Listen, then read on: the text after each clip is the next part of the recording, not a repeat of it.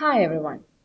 Today we discuss one of the most influential writers of the 20th century and one of America's greatest novelists, Ernest Hemingway. Hemingway has once said, "There is nothing to writing. All you do is sit down at a typewriter and bleed." This statement, in fact, says everything about Hemingway the writer and his craft. First, Hemingway firmly believed that the value of writing is superior to every other art, and he was someone who spent all his thoughts and energy to make his writing better and more lifelike. "The writer's job is to tell the truth," Hemingway famously said. Second, Hemingway is a novelist who animated his characters with his own lifeblood. In other words, he left a piece of himself in them. His adventurous and eventful life in one of the most turbulent and epoch-making periods in history gave him enough material to write about. Third, there is a centrality of suffering in all of his works, a suffering that ennobles. Now, let's have a quick look at his life. Ernest Miller Hemingway was born on July 21, 1899, in Oak Park, Illinois, as the second of the 6 children of Clarence Hemingway and Grace Hemingway. Clarence, who was a physician, and Grace, who was a musician, raised their children in this conservative suburb of Chicago, but the family also spent a great deal of time in northern Michigan, where they had a cabin. It was there that Hemingway's father taught him to hunt, fish, and camp in the woods. These early experiences instilled in him a passion for outdoor adventure and living in remote areas. In high school, Hemingway contributed articles to his school newspaper, The Trapeze, imitating the language of sports writers, and edited the school yearbook Tabula. On graduation from high school in 1917, impatient for a less sheltered environment, the budding journalist went to work for the Kansas City Star, gaining experience that would later influence his distinctively stripped-down prose style.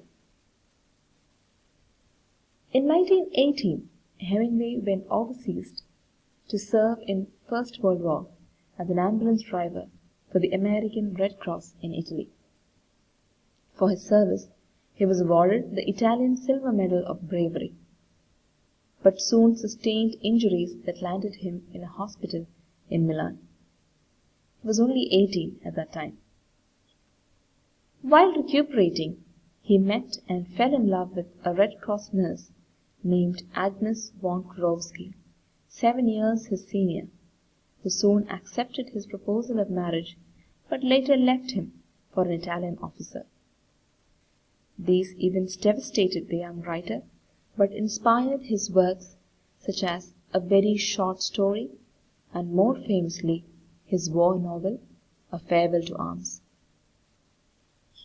Still recovering from the brutalities of war, at the young age of 20, he returned to the United States and spent time in northern Michigan before taking up a job at the Toronto Star. It was in Chicago that Hemingway met Hadley Richardson, the woman who would become his first wife. The couple married and quickly moved to Paris, where Hemingway worked as a foreign correspondent for the Star. In Paris, Hemingway soon became a key part of a group of American expatriate writers who made Paris the center of their literary activities in the 1920s. With Gertrude Stein, a modernist writer and art collector, as his mentor, Hemingway made the acquaintance of many of the great writers and artists of his generation, such as F. Scott Fitzgerald, Ezra Pound, Pablo Picasso, and James Joyce. In 1923, Hemingway and Hadley had a son. By this time, the writer had also begun frequenting the famous festival of San Fermin in Pamplona, Spain. In 1925, he published his first collection of short stories titled In Our Time. The same year, Hemingway urged a group of his British and American expatriate friends to join him on a trip to the Spanish festival that would later provide the basis of Hemingway's first novel, The Sun Also Rises. The novel is widely considered Hemingway's greatest work, artfully examining the post-war disillusionment of his generation. Soon after the publication of The Sun Also Rises, Hemingway and Hadley divorced, due in part to his affair with a woman named Pauline Pfeiffer, who would become Hemingway's second wife shortly after his divorce from Hadley was finalized. The author continued to work on his book of short stories, Men Without Women. Soon, Pauline became pregnant and the couple decided to move back to America. In 1928, they settled in Key West, Florida. During this time, Hemingway finished his celebrated novel A Farewell to Arms, securing his lasting place in the literary canon. Hemingway was in every sense of the word a man of action. When he wasn't writing, he spent much of his time chasing adventure. Big game hunting in Africa, bullfighting in Spain, and deep-sea fishing in Florida. While reporting on the Spanish Civil War in 1937, Hemingway met a fellow war correspondent named Martha Gellhorn, soon to become wife number 3, and gathered material for his next novel, For Whom the Bell Tolls, which would eventually be nominated for the Pulitzer Prize. Soon, his marriage to Pfeiffer deteriorated and the couple divorced. Gellhorn and Hemingway married soon after and purchased a farm near Havana, Cuba, which would serve as their winter residence. When the United States entered the Second World War in 1941, Hemingway served as a correspondent and was present at several of the war's key moments. Toward the end of the war, Hemingway met another war correspondent, Mary Welch, whom he would later marry after divorcing Gellhorn. In 1951, Hemingway wrote The Old Man of the Sea, a novella which would become perhaps his most famous work, finally winning him the Pulitzer Prize he had long been denied. The author continued his forays into Africa and sustained several injuries during his adventures, even surviving multiple plane crashes. In 1954, he won the Nobel Prize in Literature. Even at this peak of his literary career, though, the burly Hemingway's body and mind were beginning to betray him. Recovering from various old injuries in Cuba, Hemingway suffered from depression and was treated for numerous conditions such as high blood pressure and liver disease.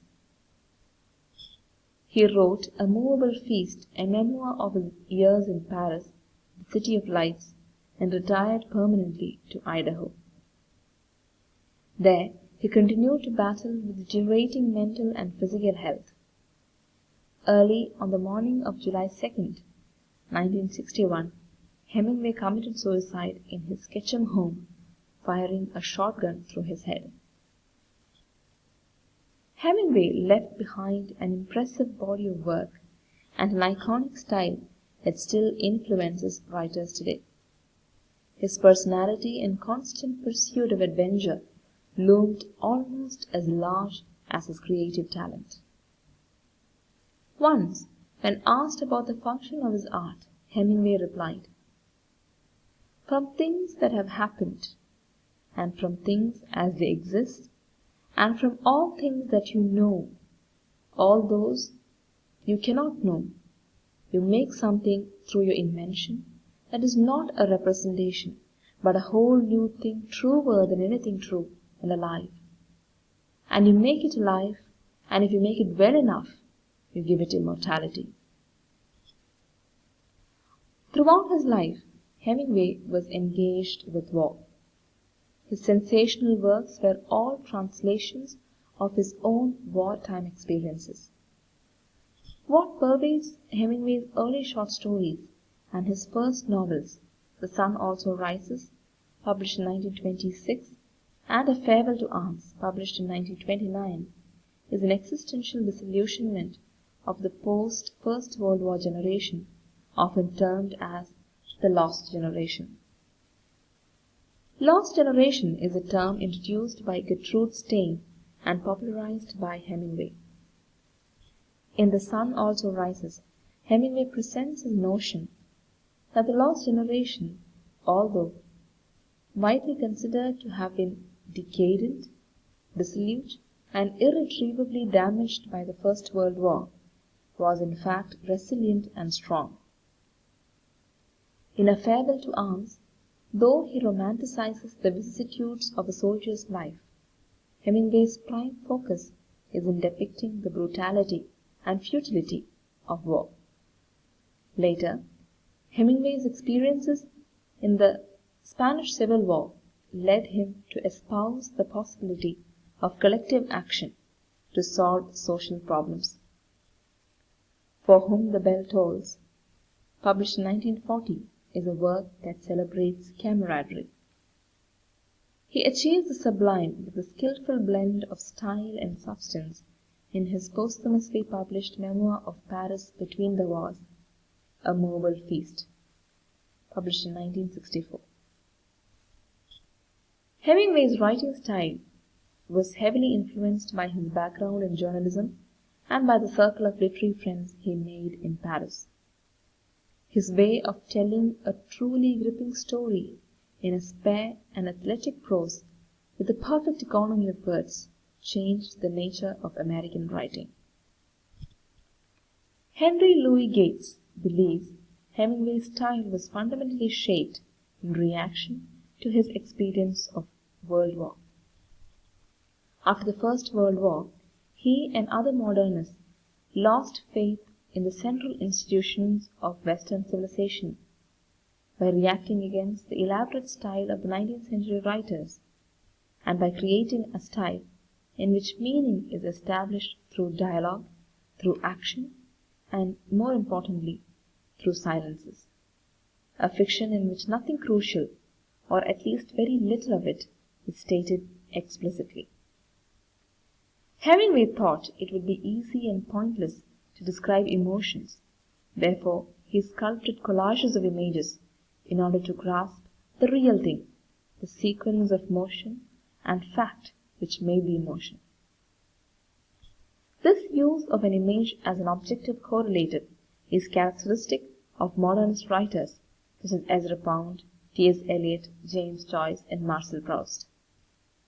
My style is suggestive rather than direct, Hemingway once said.